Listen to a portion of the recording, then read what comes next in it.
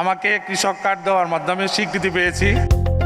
মঙ্গলবার টাঙ্গাইলের শহীদ মারুফ স্টেডিয়ামে ১১টি উপজেলার ২১,০০০ প্রান্তিক কৃষকের হাতে তুলে দেওয়া হয় বহুল প্রতীক্ষিত কৃষক কার্ড। এই কর্মসূচির উদ্বোধন করেন প্রধানমন্ত্রী তারেক রহমান। অনুষ্ঠানে কবির হোসেন নামে এক কৃষক এই উদ্যোগকে কৃষকদের রাষ্ট্রীয় স্বীকৃতি হিসেবে অভিহিত করে আবেগাপ্লুত হয়ে পড়েন। কিন্তু এই বক্তব্যের পরপরই সামাজিক যোগাযোগ মাধ্যমে শুরু হয় আলোচনা সমালোচনা। বিভিন্ন প্রোফাইল থেকে কবির হোসেনের কিছু ছবি শেয়ার করে দাবি করা হয় তিনি প্রকৃত কৃষক নন, বরং তাকে কৃষক সাজিয়ে অনুষ্ঠানে আনা হয়েছে। ছবিতে তাকে বিভিন্ন দর্শনীয় স্থানে বিলাসবহুল ভঙ্গিতে দেখা যায়।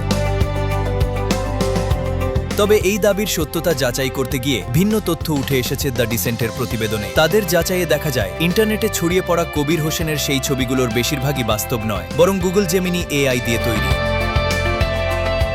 প্রতিবেদনে বলা হয়েছে কৃষক কবির হোসেন নিজেই শখের বশে বিভিন্ন সময় কৃত্রিম বুদ্ধিমত্তা ব্যবহার করে নিজের ছবি তৈরি করতেন। তাজমহলের সামনে বা মক্কায় পবিত্র কাবার সামনে তার যে ছবিগুলো নিয়ে বিভ্রান্তি ছড়ানো হচ্ছে সেগুলো মূলত তার নিজের তৈরি করা ডিজিটাল আর্ট। নিজের ব্যক্তিগত শখের এই ছবিগুলোকেই এখন উদ্দেশ্য প্রণোদিতভাবে তার বিরুদ্ধে প্রচার করা হচ্ছে।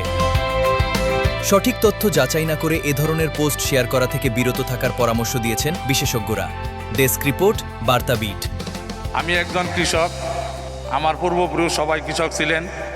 আমি ছোটবেলা থেকে কৃষিকাজ করি।